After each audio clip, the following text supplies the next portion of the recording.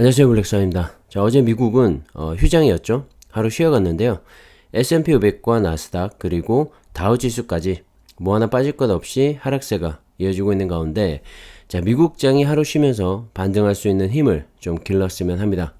다행히 미국 선물이 오르고 있어서 오늘은 상승으로 출발하지 않을까 하는 기대를 하게 합니다.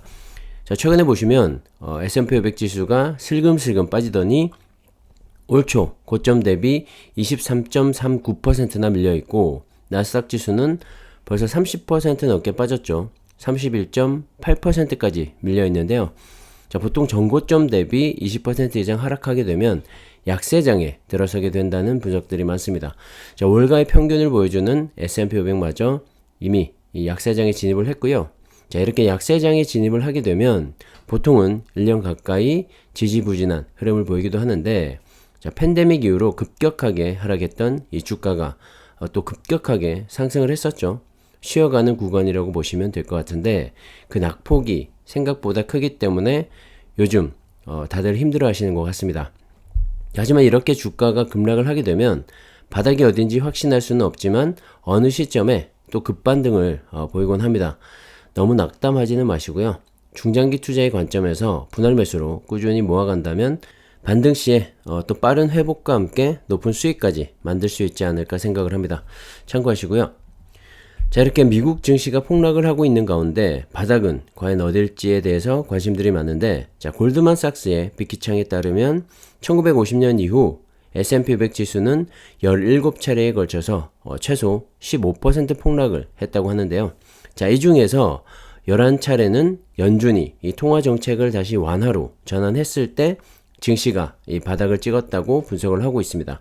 자, 연준에서는 계속해서 이 추가적인 금리 인상을 예고하고 있는 만큼 아직까지 바닥이 오지 않았다는 말이 되겠죠.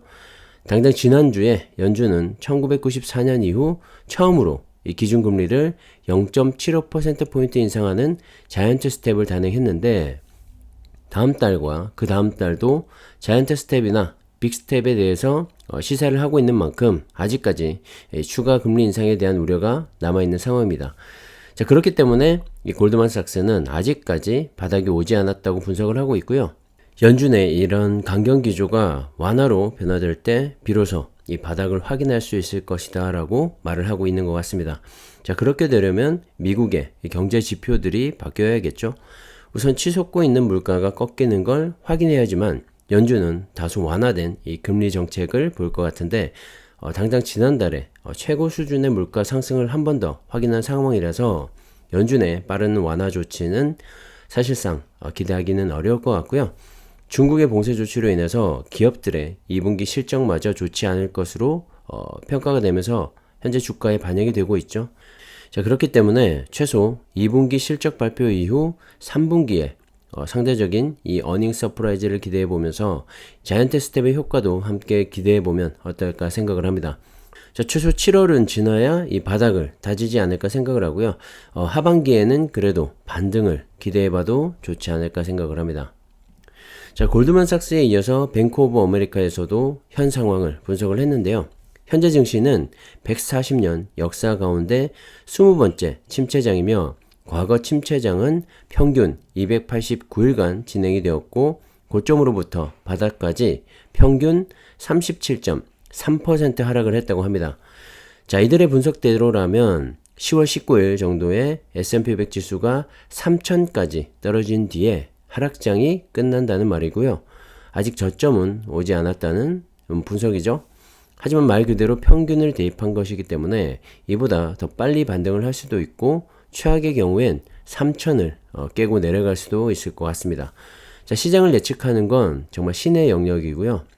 자, 인간은 그저 과거의 사례를 통해서 미래에 대한 희망을 적어보는 정도이지 않나 생각을 합니다. 자, 하지만 다행인 건 이 침체장의 바닥은 새로운 이 강세장의 시작을 의미한다는 건데요. 뱅크 오브 아메리카는 이 과거 강세장이 평균 64개월 지속이 되면서 평균 198%의 상승률을 보였다고 분석을 했습니다.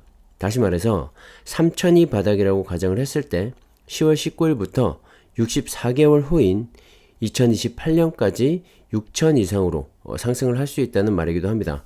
자, 이 분석이 맞다면 우리는 정말 새로운 한 시대를 또 만나게 될 것 같고요. S&P 500 지수의 지나온 흐름을 보시면 또 충분히 가능한 일이라고 생각을 합니다. 결정은 결국 이 투자자 개인의 몫이 될 것 같고, 이 하락장의 공포에 두 손 들고 나가느냐 아니면 이 공포를 잘 이겨내느냐에 따라 여러분의 미래도 달라질 거라고 생각을 합니다. 자, 참고로 저는 공포를 이겨내는 데에 한 표를 던지고 싶고요. 지금도 꾸준히 분할 매수로 모아가고 있습니다. 자, 지금 당장 쓸 돈이 아니기 때문에 가능한 것 같고요. 그래서 투자는 빚을 내지 않는 그런 중장기 투자가 정답이지 않나 생각을 합니다. 참고하시고요. 자, 미국의 이런 흐름 속에 국내 증시는 최악의 상황을 보내고 있죠. 인플레이션과 이 경기 침체 등의 우려와 함께 매크로적인 변수까지 발생하면서 이 우리나라 대표 기업들에 대한 이 부정적인 전망이 더해지고 있는 상황입니다. 당연히 기업들의 주가 하락으로 이어지고 있고요. 특히 삼성전자 같은 경우엔 최근에 러시아가 이 반도체 제조에 필수적인 네온 등 희가스 수출을 제한한 것으로 알려지면서 가장 먼저 이 타격을 받게 될 것이라는 전망이 나왔죠. 자, 거기에다가 PC 수요가 줄어들면서 삼성의 CPU 출하량이 급감한 것으로 나타나면서 반도체 업황 부진에 대한 우려도 다시 한번 부각이 되고 있습니다. 자, 이렇다 보니 이달 들어서 외국인들의 순매도 상위 1위 종목에 삼성전자가 올라 있고요. 외국인들의 지분이 높은 이 코스피 대형주들에서 돈이 많이 빠져나가게 되면서 지수도 함께 이 곤두박질 치고 있는 것 같습니다. 전세계 증시가 대부분 좋지 않은 가운데 아시아 시장에서도 국내 증시의 낙폭이 가장 크다고 하는데요. 중국 상하이 이 종합지수는 이달 들어서 4.63% 상승을 했고, 자, 일본의 니케이 지수와 대만 지수는 각각 5.53%와 6.78% 하락을 했는데, 같은 기간 동안 코스피와 코스닥의 수익률은 마이너스 10.98%와 마이너스 13.82%로 2배 이상 더 큰 폭으로 하락을 했죠. 자, 원달러 환율도 다시 한번 1290원대를 기록하면서 외국인들의 매도를 역시 부추기고 있는 것 같고요. 미국의 경기가 안정이 되어야 하지만 역시 국내 증시의 반등도 기대해 볼 수 있을 것 같습니다. 다시 말해서 환율이 1200원 아래까지 내려와야지만 이 외국인들의 수급은 좋아질 것 같고요. 국내 증시의 반등도 기대해 볼 수 있을 것 같습니다. 자, 국내 증시의 상승에는 외국인이 반드시 필요하고요. 국내 증시를 떠나고 있는 현 시점에선 이 국내 증시의 상승을 기대하긴 어려워 보입니다. 다만 이런 하락장에서도 꿋꿋하게 버티는 종목도 있죠. 역시나 2차전지 관련주들이고요.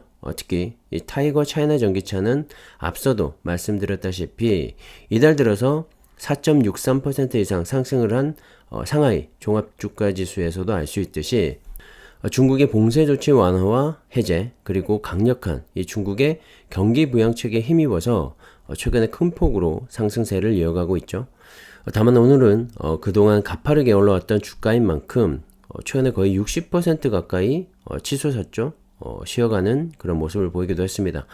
자, 그래도 이런 하락장에서 이 정도 상승이면 정말 주도주의면은 틀림이 없어 보이죠. 자, 그리고 국내 종목 중에서는 LNF와 에코프로비엠의 상승세가 눈에 띄는데요. 역시 배터리의 핵심 소재인 양극재, 투톱이기 때문에 이런 하락장에서도 잘 버텨주고 있는 것 같고, 이들 기업들이 이렇게 버텨주는 이유는 강력한 실적을 바탕으로 이 앞으로의 성장성이 대단할 것이라는 반증이기도 합니다. 작년에 1조 원 매출에서 올해 이 둘 다 3조 원 매출을 바라보고 있고요. 정말 무섭게 성장을 하고 있죠. 2차전지 관련주들 가운데 가장 탑으로 보고 있고 참고하시면 좋을 것 같습니다. 자, 중장기 투자를 고려하신다면 타이거, 2차전지 테마와 같은 국내 2차전지 관련 ETF도 안정적으로 가져갈 수 있으니까요. 차이나 전기차와 함께 모아가시면 좋을 것 같습니다. 자, 아무튼 지금은 전기차를 필두로 한 2차전지가 정말 대세가 아닌가 생각을 합니다. 자, 모두 성투하시고요. 오늘은 여기까지 하겠습니다. 감사합니다.